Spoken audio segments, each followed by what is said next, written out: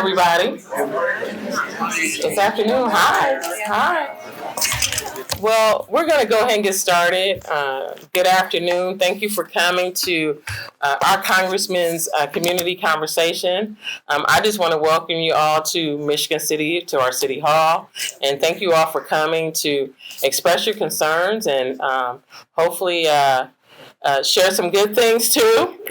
There's some good things happening too. So, but I really am grateful that our Congressman continues to utilize the City Hall to have these conversations in the community. So without further ado, I'm going to introduce his senior advisor, Mark Lopez, so that we can get the conversation on the road.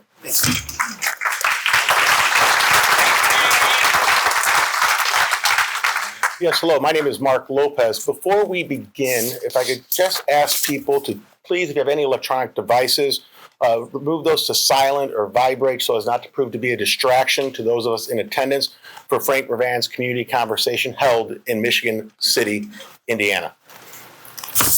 The Congressman will conduct the community conversation first by making remarks related to his role in Washington, D.C. and the goings-on in our nation's capital. Then he'll take questions from the audience, starting first with those that are offered on the index cards.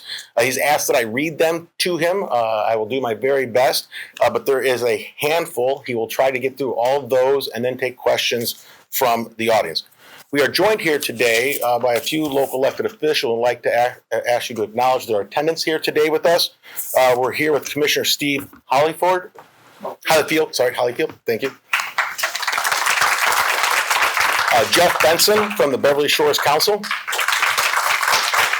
And we were greeted by the lovely Mayor Angie, who does such a wonderful job here in Michigan City. This is a public federal forum. And would ask that we please, those that can stand, those that can't, please join us in doing the Pledge of Allegiance.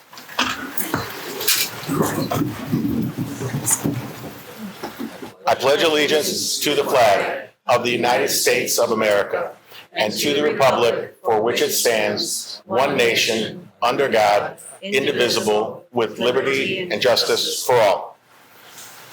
Again, we're joined here today for Congressman Frank Mrvan's Community Forum.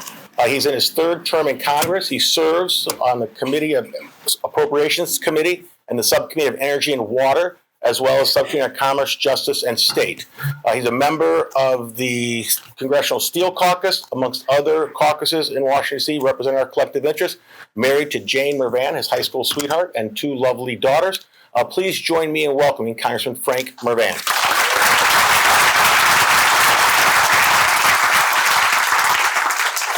I want to thank everyone for being here, and as I also want to thank people for the understanding of I'm a human being and I was sick last time. Yeah. So any of those of you who showed up all fired up, ready to go, I was just sick.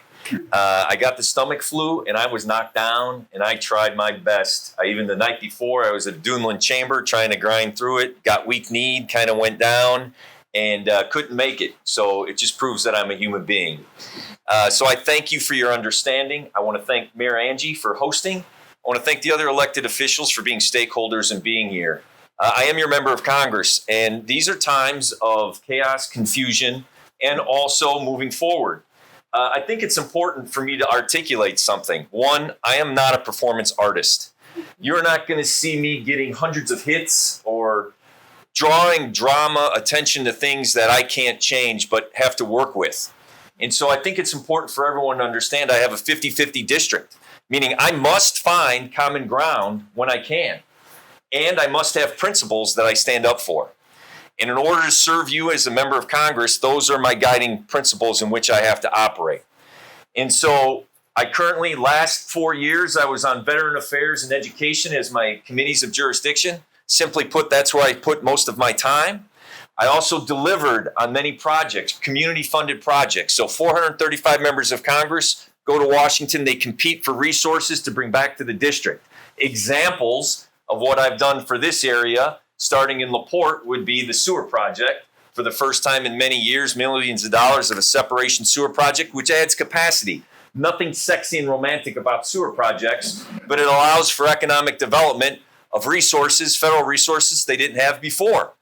Secondly, here in Michigan City, Fetter's Alley, an all-access park, was able to bring resources. The police department, we were able to bring resources for cameras, body cameras, for license plate readers, those types of technologies that are force multipliers here in the community, working hand in hand with the mayor and the city council to find out how we can assist to bring federal resources here in Michigan City. The biggest one would be the double tracking, the economic development. I always say this, Crain's magazine, who takes their job pretty seriously, made Michigan City the hottest Chicagoland real estate market in the area because of the economic development, which I would add, I believe, is a contributing factor is the double tracking. You have access to the largest, or third largest economy in the United States right here in Michigan City.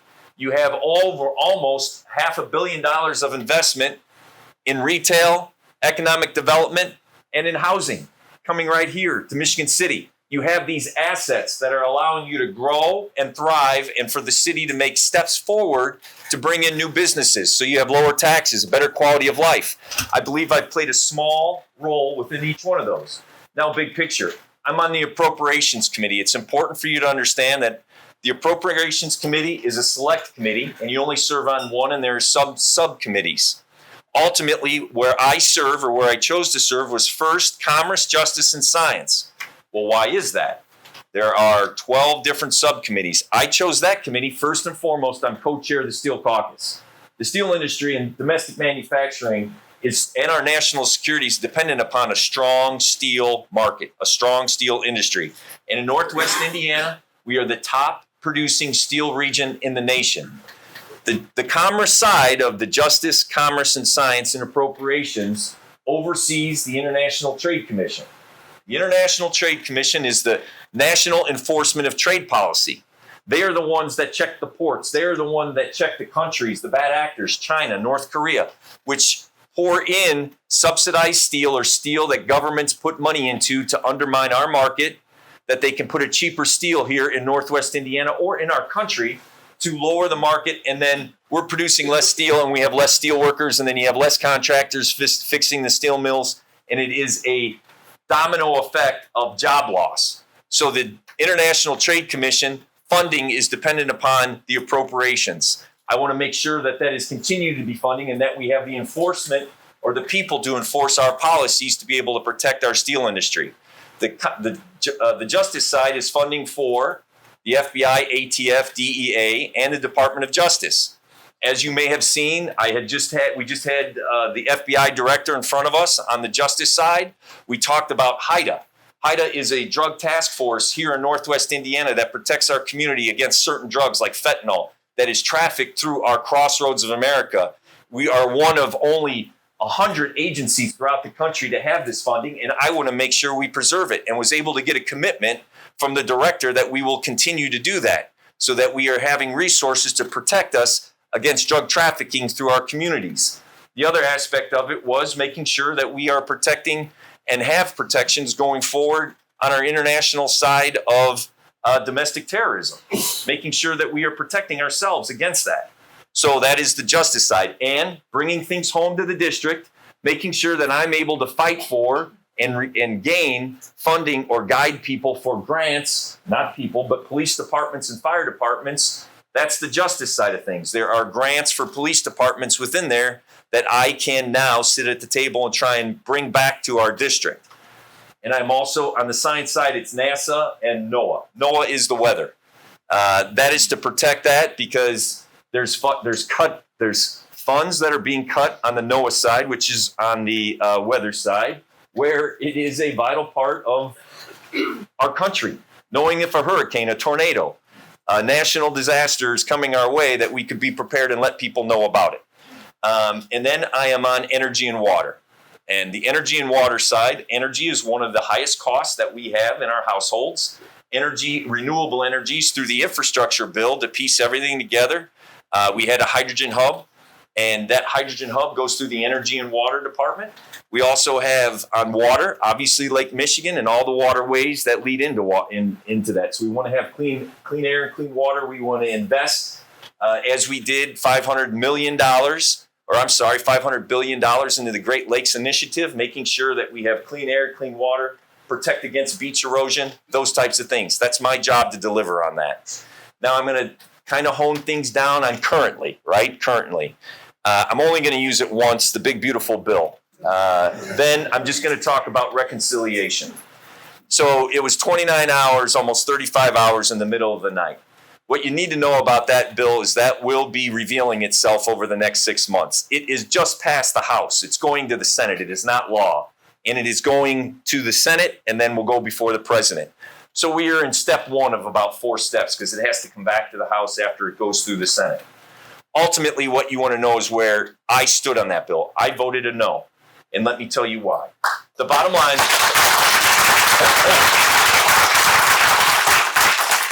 The bottom line is that bill cuts Medicaid. It cuts funding to Medicare, $880 billion to Medicaid. That's what was looked for to be able to reduce that. It cuts funding through the ag bill, the agricultural bill, SNAP funding of $330 billion. So food for the most vulnerable populations.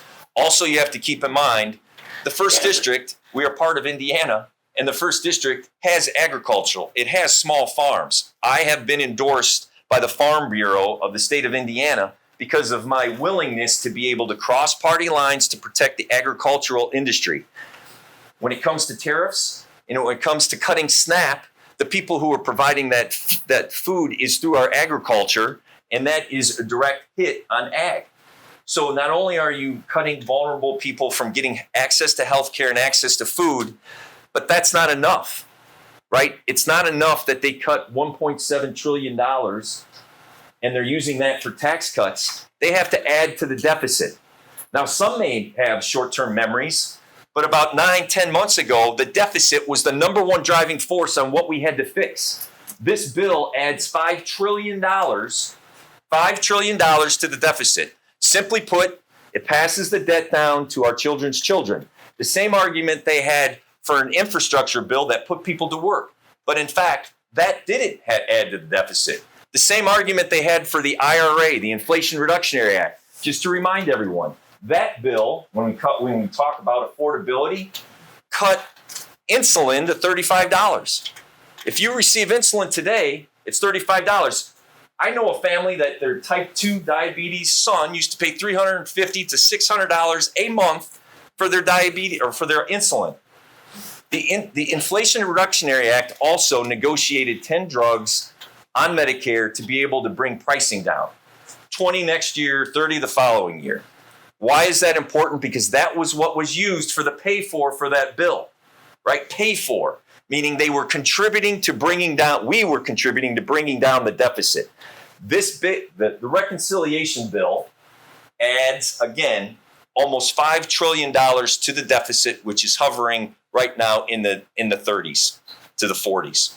So I voted against it because access to health care, SNAP benefits, what it does to Social Security, and what it does going forward for our country. And so as it goes to the Senate, I, of course, am going to monitor it to be able to articulate what is going on. There are things that are being revealed right now. Sports franchise owners got large tax cuts. It was revealed while I was in the middle of the night. There was tanning bed tax credits. I'm not kidding.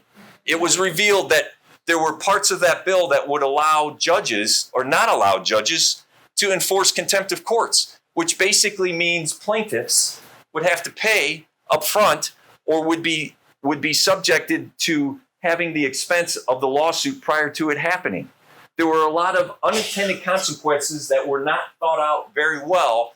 That's why it started at 1 a.m. and ended at 7 in the morning. And so ultimately, I voted no. I also want to say for this area, what's important is as a member of Congress, there are 2 things that I have to do. I have to continue to deliver for the district and find the priorities of working with the municipalities such as Mayor Angie, the city councils, the county commissioners to bring federal resources back. And I also have to defend our Constitution. And as a member of Congress, I have to make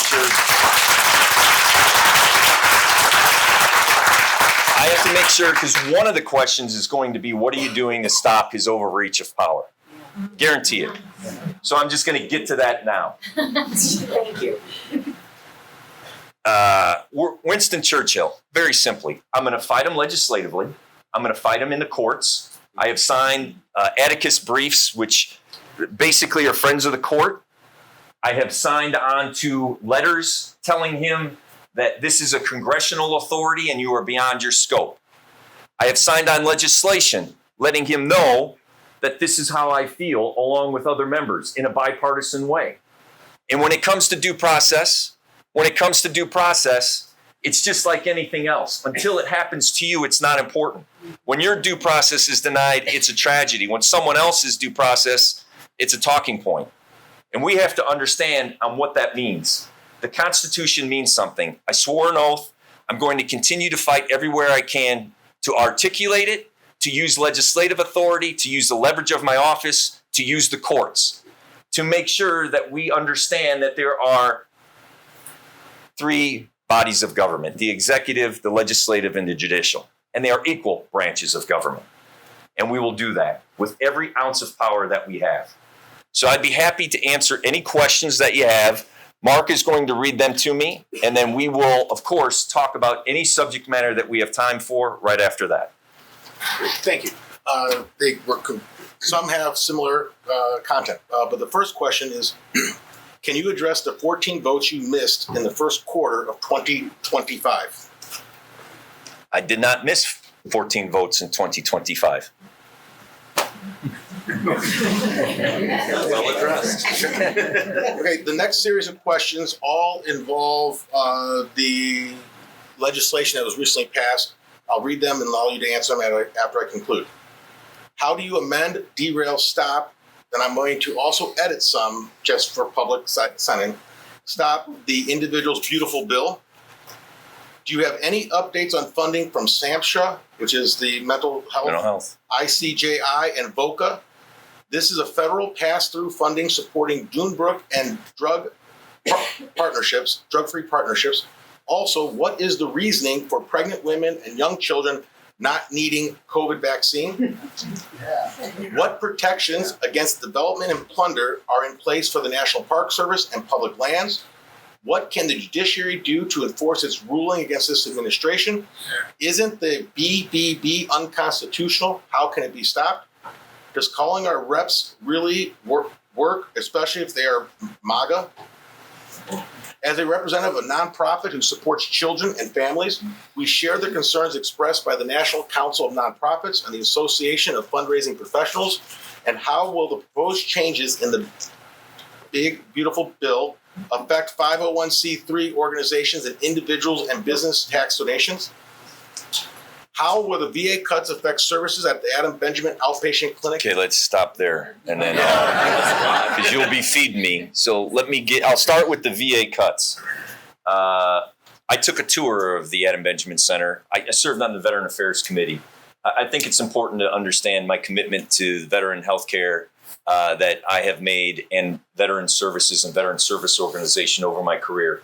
I was a North Township trustee. All you need to know about that is I represented Hammond, Whiting, East Chicago, Highland, and Munster. Wicker Park, which is a large 360-acre park in Highland, Indiana, is dedicated to the Doughboys or World War I veterans by the President Coolidge. That's something I used to know off the top of my head. President Coolidge. So ultimately, I was immersed with veteran activities. We had a Victory for Veterans ride that raised tens of thousands of dollars every year, where we would have 2,500 motorcycles, and we would disperse them to PTSD for veterans, the Veterans Home in Lafayette, all of those things. So I take it personal because we passed the Honor the Pact Act. The Honor the Pact Act, which is always worth noting, is a piece of legislation that allows veterans to be able to have access to health care if they had exposures to fire pits.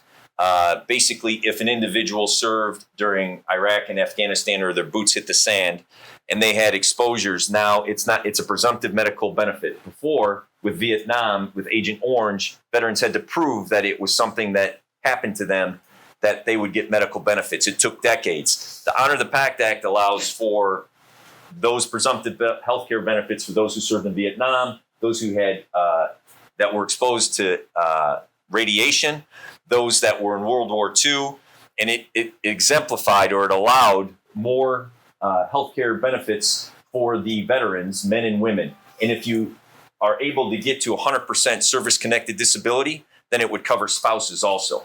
This is a major transformational healthcare benefit for our veterans that I'm very proud of. So when there was cuts to the VA by staffing, which means less people getting access to healthcare because you have less people being able to serve them, I went and visited our local VA. And I learned that they are grinding through it. Our VA, right? You have to be selfish in some instances. Our VA did not receive any staff cuts. In return, what we began talking about, what was the name of the study, Brett? Silver? Can't remember the study. But the VA actually has, the local VA, the Anna Benjamin Center, talked about being able to put a center, expanding their center in LaPorte County, which would allow for the Anna Benjamin Center to have more access and more people, and to be able to add, for women veterans, a women's veterans clinic. But it would create a more diversified and more spread out facility that allows more people to see more frequently healthcare providers. That is something we are working on as a member of the Appropriations Committee to come to fruition. Now, it may not happen this year, it may not happen next year, but we have to continuously make small gains towards that when it comes to veterans' health. So then there were a lot of other questions. I just interrupt. There is going to be 1, 2, 3, 4 more related to how that legislation will impact specific nonprofits, Sure. local organizations, Medicare, Medicaid,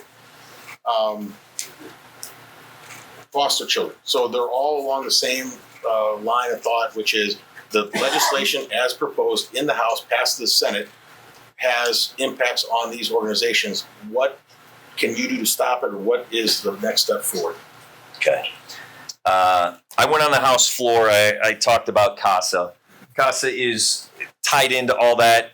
It is court-appointed individuals for those who face trauma or who are sexually abused, or children or who are sexually abused. There's funding cuts towards that. I know the benefit of that. I had individuals who volunteered for that, who were survivors, who wanted to make sure that that continued. We're doing everything that we can on the appropriation side to make sure that funding continues. SAMHSA, for example, is something that I fought for the state of Indiana. So there were 8 designated areas that were determined by the federal government that the Governor Holcomb received funding for. We worked for SAMHSA. Bottom line, it's funding for access to health care. Bottom line. So federally qualified health centers, I can't rattle the names off because they're very competitive. But ultimately, federally qualified health centers here in the area, they offer mental health. They get part of their funding from SAMHSA to be able to get so that people have access to mental health. Also, the other providers here in LaPorte County that provide mental health, they get dollars from SAMHSA. We are fighting, doing everything we can, not to even have more funding, but to make sure that the funding they are receiving isn't frozen, and also to ensure that we at least hit the 2025 levels so they can continue to have to serve those who need mental health access, are trying to get through addictive care, and be for a quality of life for our communities. VOCA is the same thing.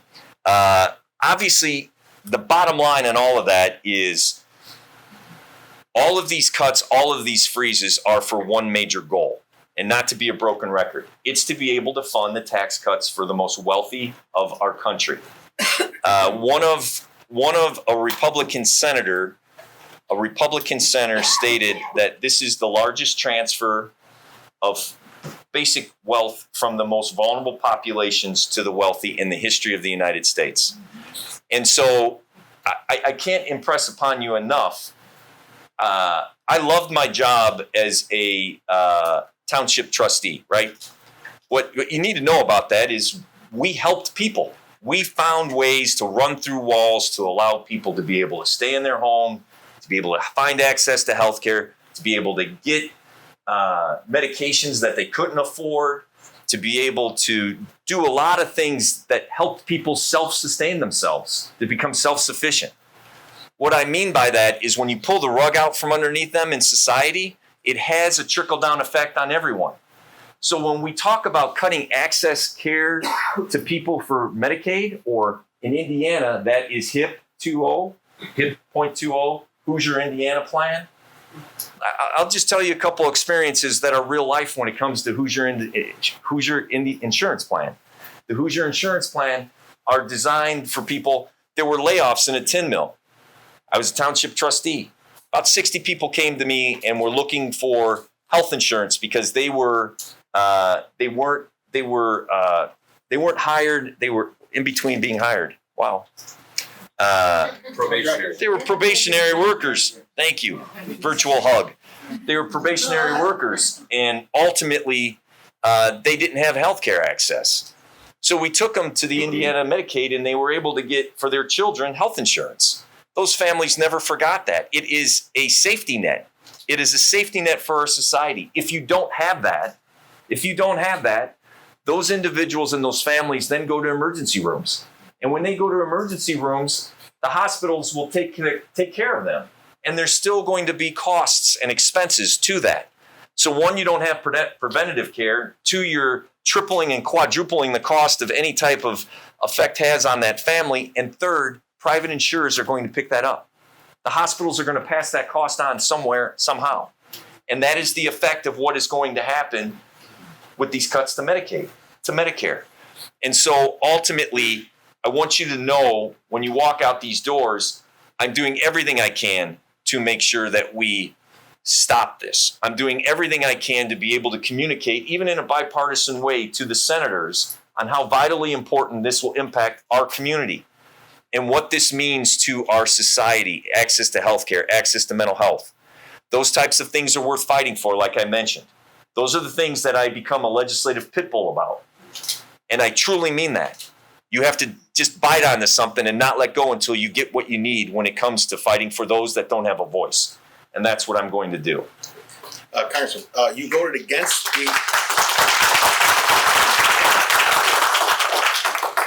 against the reconciliation bill. So what is your plan to reduce the debt? Please don't use the tax the rich or pay your fair share talking points.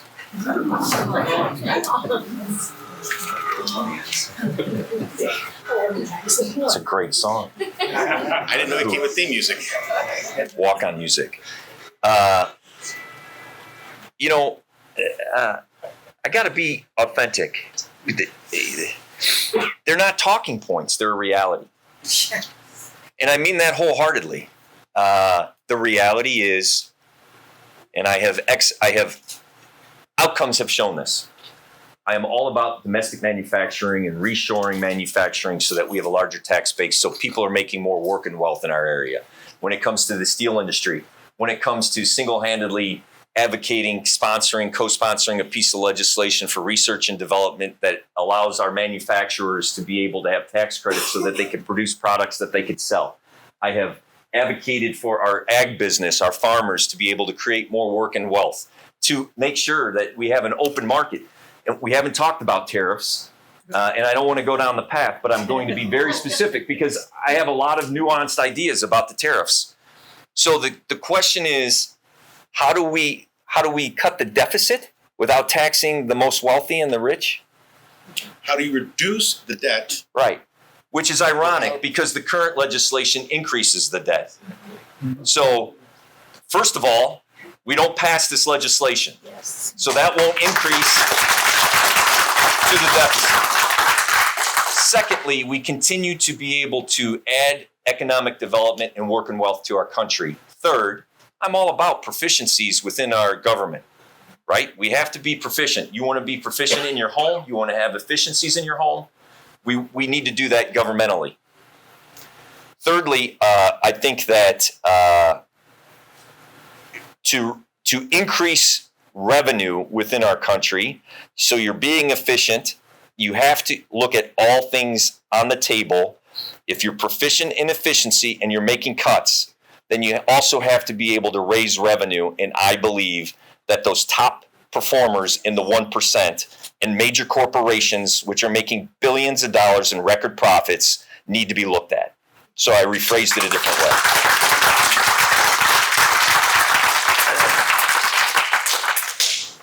these involve the administration's policies.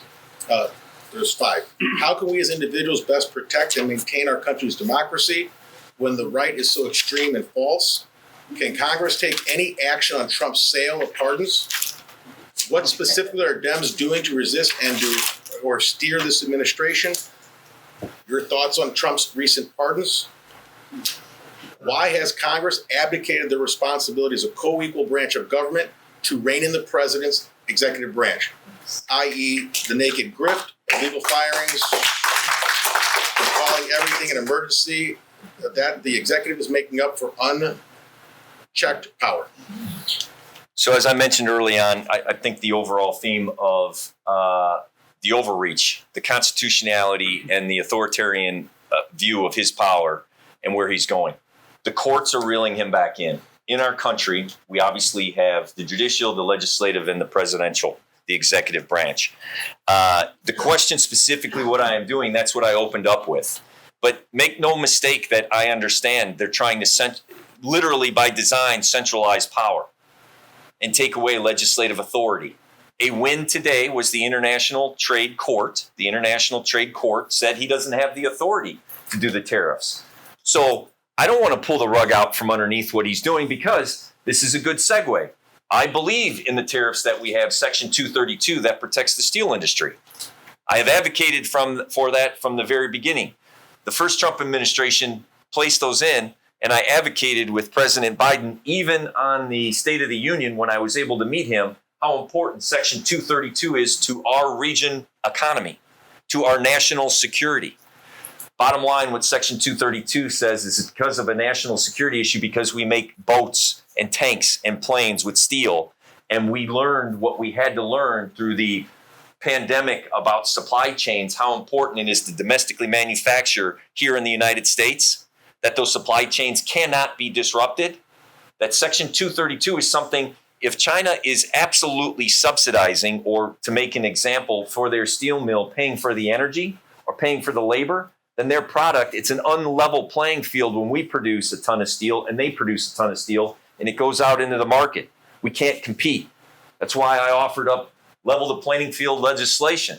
That's why I also support Section 232 tariffs. But when you blanketly go to a trade war to prove how tough you are with our friends, our allies, and our enemies, it's going to affect our economy.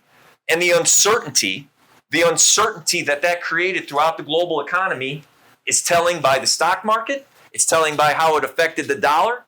It's telling how it affected the bond market. You want to start getting people on the other side their attention, start affecting the stock market, the dollar, and the bond market.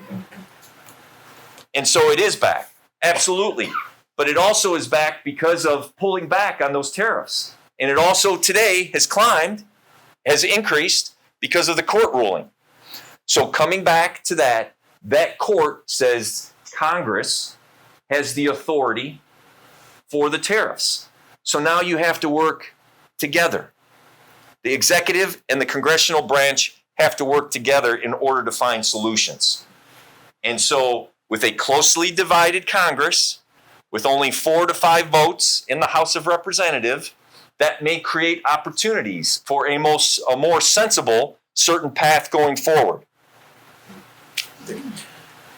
Congressman, with regard to the Social Security Benefit Fund, why doesn't Congress just remove the FICA cap? It should quiet the constant talk about Social Security funds running out. And for those that are unaware, the FICA cap is a cap on what you can make up to $176,000, yep.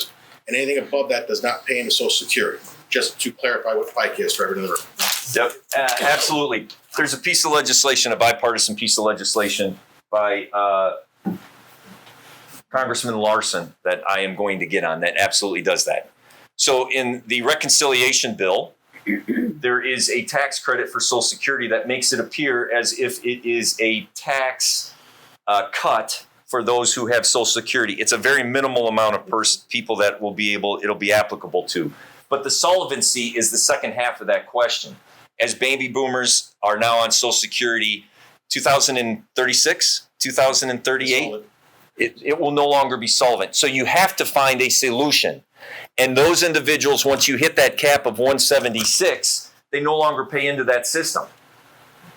And they no longer, well, I'm for lifting that cap in order to make it solvent. And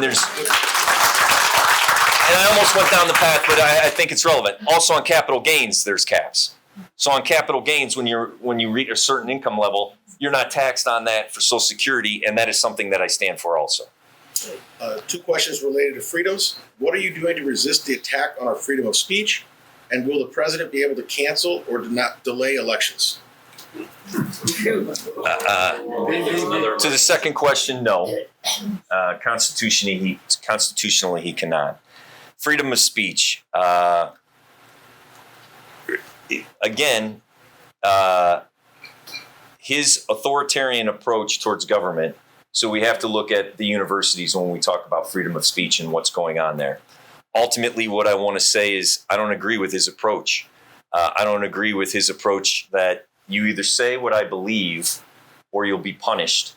In our country, in the United States in 2025, is the way the president or any other elected official should operate. Thank you. Congressman, these are regarding immigration. What to do about ICE acting like SS troops, picking up people and flying them to foreign prisons and trains are possible now. Also, please encourage people to come out and protest. Second, why is Abrego, Garcia, and others not back from El Salvador? Okay. Yeah. On immigration, it's important for me to be able to articulate my view on immigration, which I have consistently had. One, we have to have a strong, secure, humane policy when it comes to immigration. Secondly, when it comes to what is currently going on, it lends itself to due process. I don't know that individual very well. I don't know his background. I don't know his history. I do know that he worked in a union and that you have to be verified in order to work for the sheet metals work union, and then you have to have it e-verified if you're working on a federal project. So it all boils down to due process. Due process is the simple fact that a court decides if this person should stay or not stay within our country. Now, through a briefing in the beginning of this year with individuals who are lead agents for federal agency of the ATF, they were bringing and rounding up bad individuals, about 356 of them, about 400 within the Chicagoland area that had warrants, that absolutely committed crimes, that needed to leave our country. We all agree that we want to have a safe immigration policy. The humane side of it is you want to make sure that there's due process. You want to make sure that people throughout our communities aren't living in fear, who are here legally, who feel they can't leave the country and never come back, who can't leave their homes. You also have to understand the economic impact of immigration on our economy, on agriculture, on manufacturing.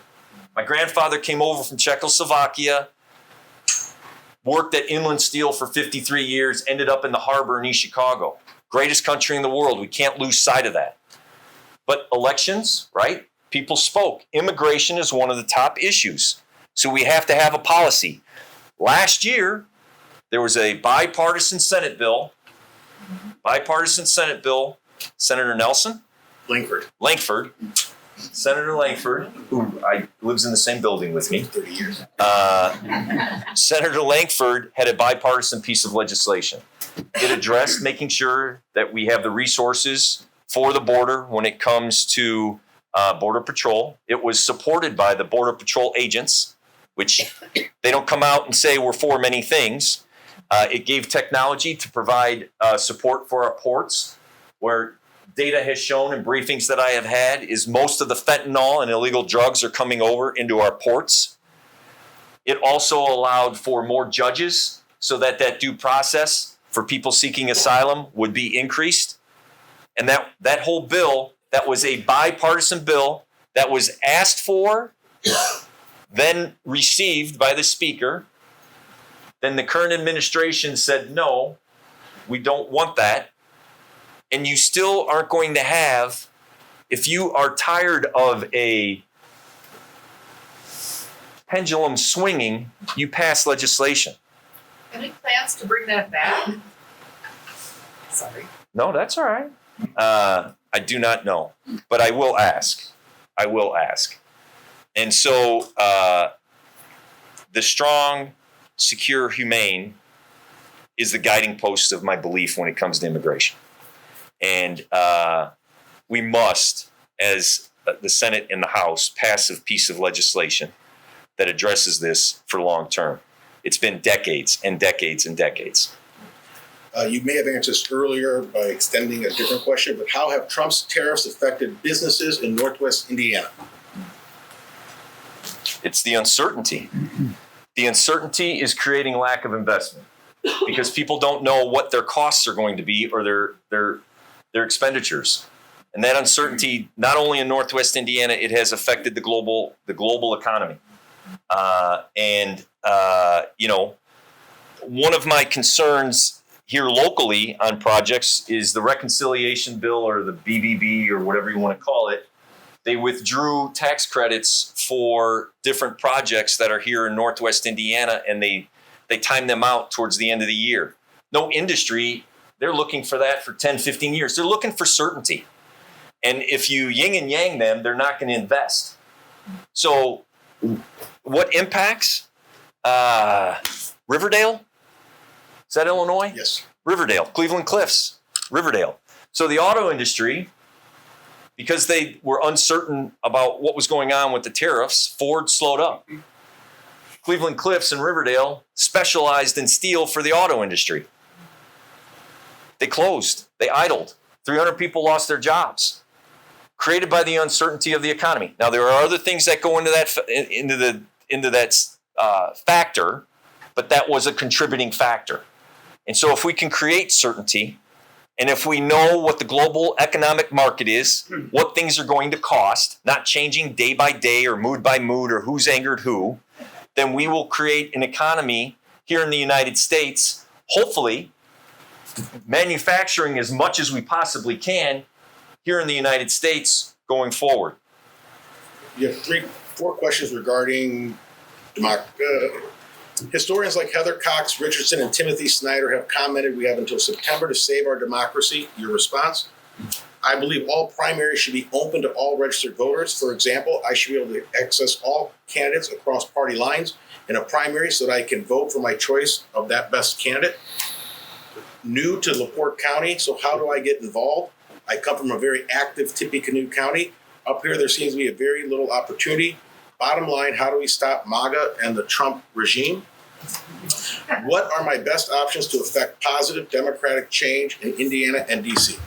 Okay. Wow. To get involved, there are plenty of different, and because I'm in my official capacity on both sides, there are many county and citywide groups. I would imagine if that person at the end, if they want to meet with someone, you can go online, you can kind of find out where you stand, or you can communicate with people, or you could talk to some of my staff and they may be able to guide you. I don't understand why September is the deadline by the historians. But again, I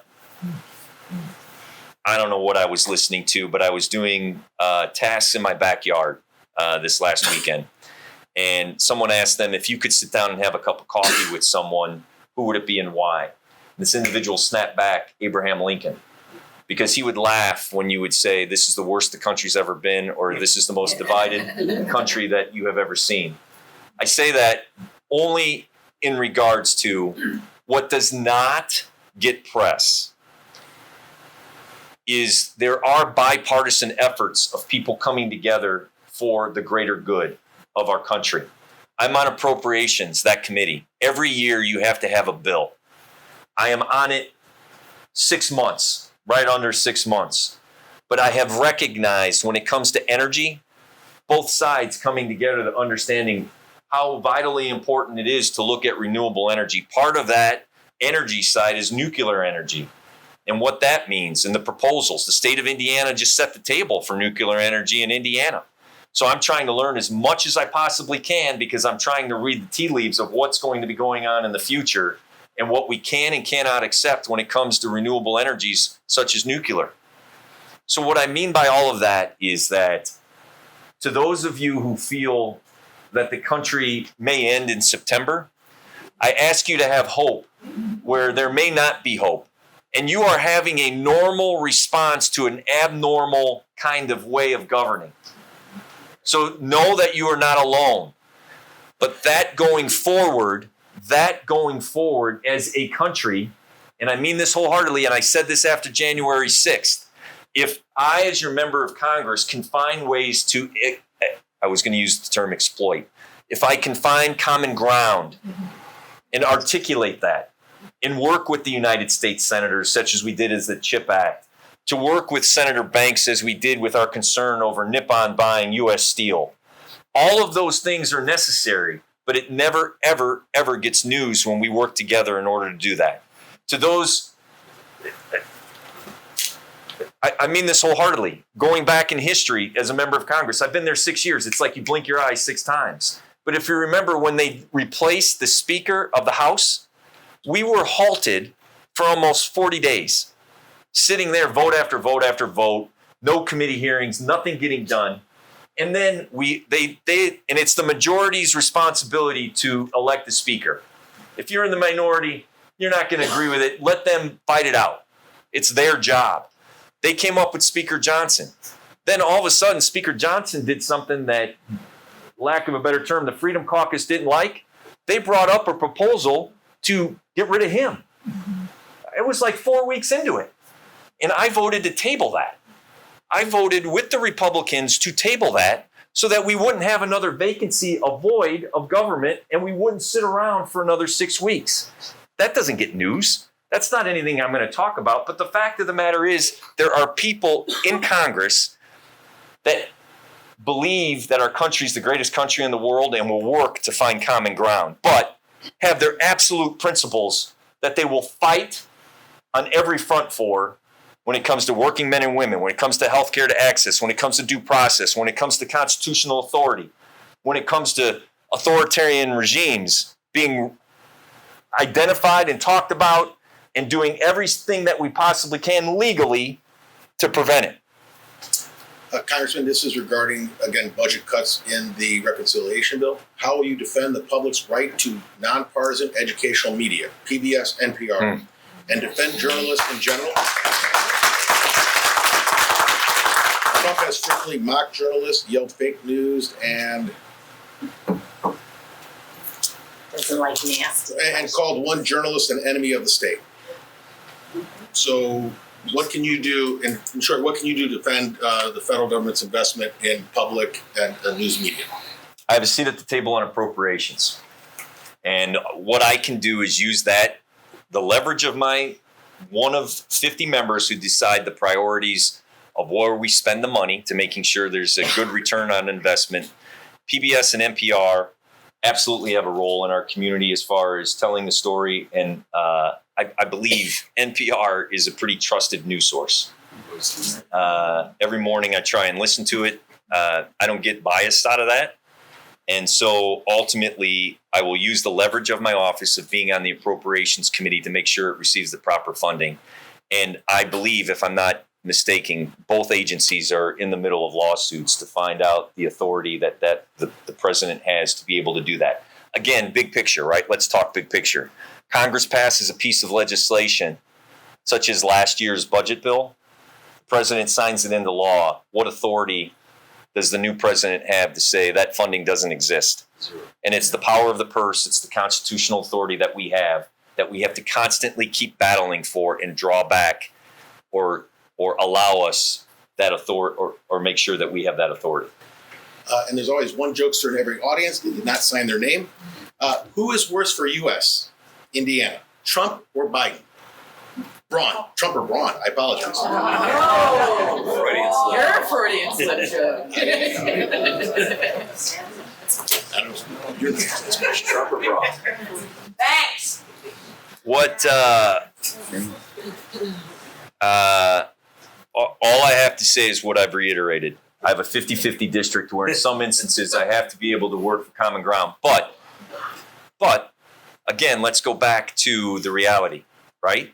I feel your frustration. Here it is. They're creating the perfect storm when it comes to Medicaid. So I have I have a two real reality stories. Single mom lost her husband to cancer, has a son who's in a wheelchair. What I mean by the perfect storm is, I know him personally, Jake. He's honest, he's thriving. He'll look me in the eye and tell me when I'm not performing correctly. He looked me in the eye when I was practicing before I got sick and said, I'm not feeling you care. You're not conveying that you're angry like I'm angry. Let me tell you why he's angry, because the state of Indiana and the federal government is potentially creating the perfect storm for him. He has a Medicaid waiver that allows for his health care.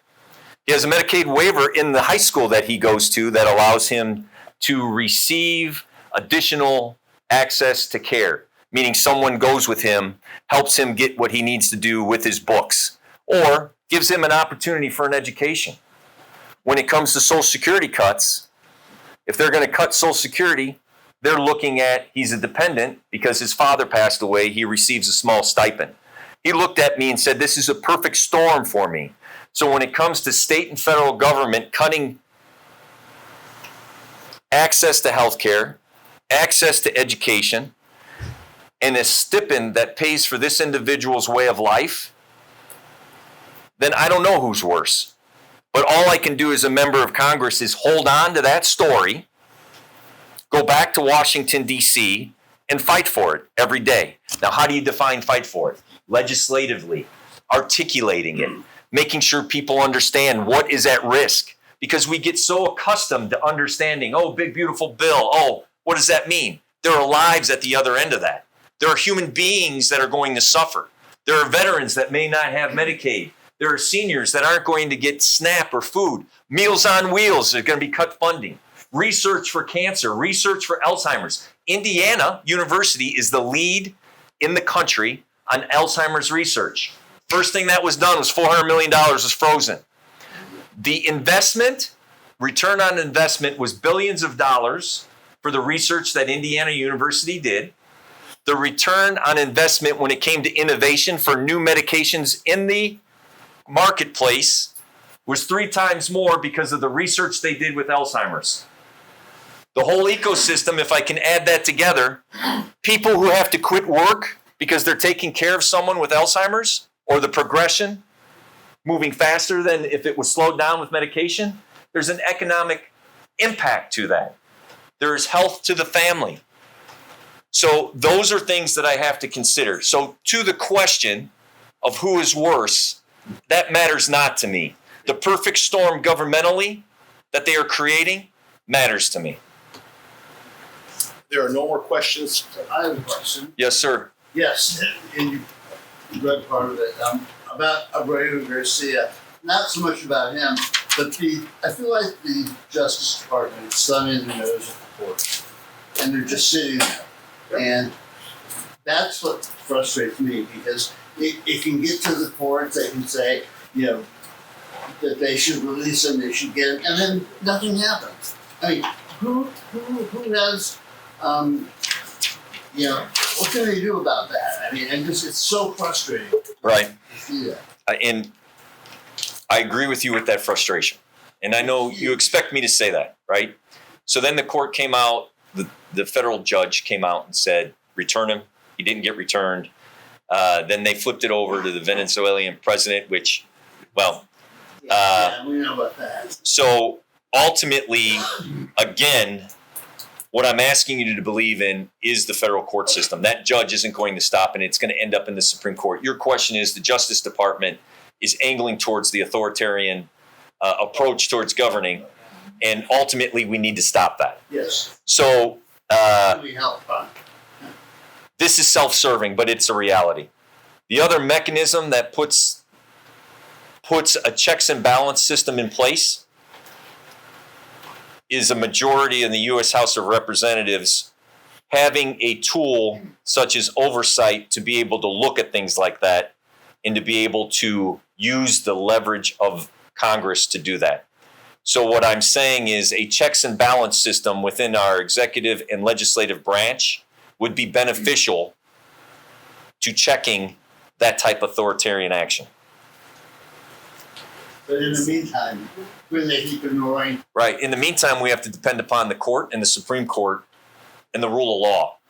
It gets there, but then nothing happens. The Right. next question is, as the woman in the Beatles shirt, But what is your idea? I mean, I'm glad to hear you talk about bipartisan actions, but I feel, it looks to me like Republican Congress people and senators are totally just abdicating their role. Why is that? Do you have an idea? Because, and I just want a really clear definition of abdicating. Giving it up. Right, okay. I'm trying to simplify things. It's sort of like they're afraid to do anything. Right, because, It's threatened. right, because they feel, so this is going off the path of the official capacity. They have fear that they'll lose their job because they'll be primaried if they don't abdicate or they don't go along with the team. And the threat is not hidden or veiled, it's outright. You will be primaried if you don't get in line for this reconciliation bill. We will come after you. So that is the way that they operate. Some hold up for a while to leverage what they want, but eventually give in. What you're asking me is, why does the other side do what they do? The other side is doing what they do because that's the choice that they made during this election. And that choice that they made, obviously they feel is some sort of benefit.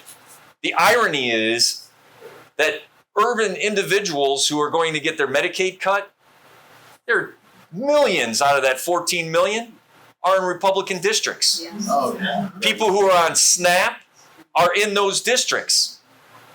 They are going to feel, eventually, they are going to understand that this bill is cruel.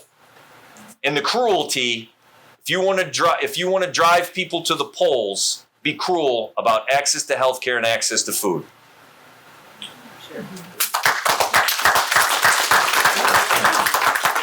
I believe the gentlewoman in the Valparaiso, or Harvard shirt, Harvard. I'm just looking at Fox News right now, and another representative from Indiana, Erin Hochin, thank you. She's reported on Fox News this morning as saying the Democrats have been focusing on Medicaid cuts, and that 13.7 million Americans are going to lose their health care, and that's just blatantly false. How do I convince my MAGA sister that there may be another side to that story? Great question. So, how do I convince my sister that To just look at to consider Right. something other than Fox News. So the CBO, Congressional Budget Office, is a nonpartisan, historical office that looks at legislation and tells you the impact. The CBO, Congressional Budget Office, came out with a report that clearly, you can look it up, states 14.8 million people will lose Medicaid benefits. If she lives in Indiana, again, we're going off into the weeds, but this is good for everyone to know. The Hoosier Insurance Plan is an extension of the Affordable Care Act. And when they accepted the Affordable Care Act, the state of Indiana placed a trigger law in place. There's one of seven states within our country that have trigger laws. 90% of federal funding, 90% of the funding for our Medicaid or HIP, Hoosier Insurance Plan, comes from the federal government. If you reduce any funding to that, they can eliminate the program. That's a trigger law. But if she will open herself to be able to look at data, the Congressional Budget Office clearly states the impact of this legislation. The outcomes will be 14.8 million will lose their Medicare, Medicaid benefits. Yes, sir. All these numbers, facts, all that, nobody listens to that stuff, right? They just tune it out, Right. Trump is an expert at taking little vignettes. The poor woman who was killed by the migrant worker from Venezuela, wherever he was from. Oh, how awful that was. The girl that was killed. He takes these little stories and blows them up into these major, we have to be outraged by this, right? The Democrats need to take the same tack to say, the CBO says there's going to be budget cuts. Well, how about showing people the poor little girl who has now been cut off from her medical treatments or her insulin or the food stamps or whatever it is, and put a laser light on these stories so that people go, that doesn't seem right. But if it's not on Fox, they won't. So we just need to keep putting these stories out to get people riled up. Right, your name? My name is Bill. Bill. I like that. 10 minutes ago, I just talked about Jake. That's a real person. Exactly. Right. That's what we need to do nationwide. Right. Okay. My green jacket. Hi, here's a softball question. Softball. I don't know the No answer, such thing. okay? We live in a red state. Yes, sir. Yes, ma'am. You represent the Democratic Party. Thank you. How many other of there are you in our state that are Democratic representatives? That's the first part. The second part is, are you all on the same page? Andre Carson is out of Indianapolis. Andre Carson, correct. There are 2 in the whole state that are U.S. congressmen that are in the Democratic Party. That is correct. And then there are 7. 9 So- in the House and 2 in the Right, Senate. seven Republicans, 2 Democrats, and then your 2 United States senators. I'm sorry, are both Republicans. So 7. Okay, are you 2 on the same page? We are. We communicate. Thank you. Yes, we communicate. He's on. Yes, we communicate. 7 to 2. Gentleman in the blue. Yes, sir. We have time for 1 or 2 more questions. Yes. My name is Scott Mellon. I want to first thank you very much for this. I think we all appreciate it. I'm going to throw a couple quick things at you. Your thoughts on I-94 becoming a toll road? I'd like to make a statement that we've all forgotten in today's current political climate. It is we the people, not red or blue people. And my actual question for you is, and I thought of that, by the way, Pat, trademark. They say we can't have a wealth tax for a number of reasons. And until a gain is made, you can't tax it. But given the hyper concentration of wealth at the very, very top, not even the 1%, the top 10th of a percent, it's like the bank robber Willie Horton said, why do you rob banks? It's like, well, that's where the money's at. I would like to point out that the majority of people in this room pay a wealth tax every year, not on our income. It's called property tax. The government assesses the value of our homes and taxes it on us. So I would submit that as a form of a wealth tax. So to say we can't have one, I find somewhat artificial when in effect, the bulk of the middle class and working class pays a wealth tax every year. Your thoughts? So I never want to politically punt any issue, but the tolling of the state highways was passed by the state legislature and signed into law by the state government. How that all rolls out, I'm still trying to learn as quickly as I possibly can. Again, accountability, but I don't have any authority on this. It has to go before the secretary and the Indiana or the Department of Transportation to allow them to toll. And so that was a state issue that they're trying to fund. That's their issue. The wealth tax, I talked about that earlier when whoever wrote the letter or the question regarding how are you going to pay down the deficit, and I talked about making sure that we tax the top tier 1% to be able to tax at an affordable corporate rate those corporations that are making billions and billions of dollars of profit. So I believe in that. And again, the property tax is a state tax that has been placed upon you.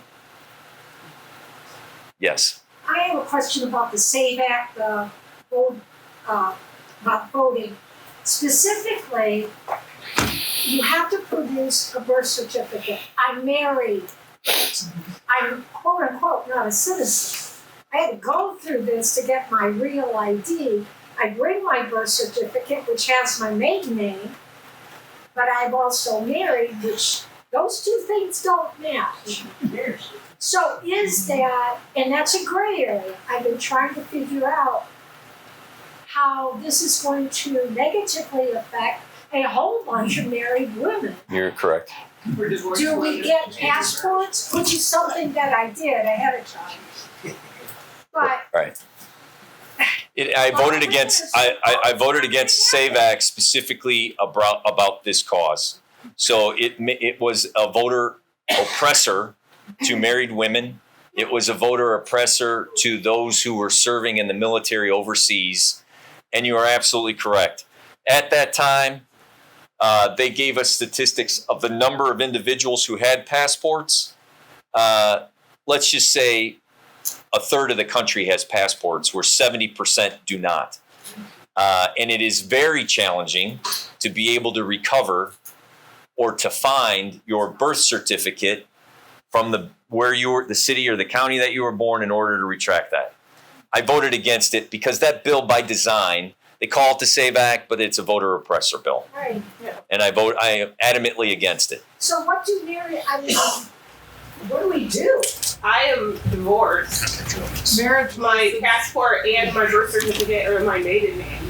I cannot, I know it now. I will have to legally change my name or keep my married name. And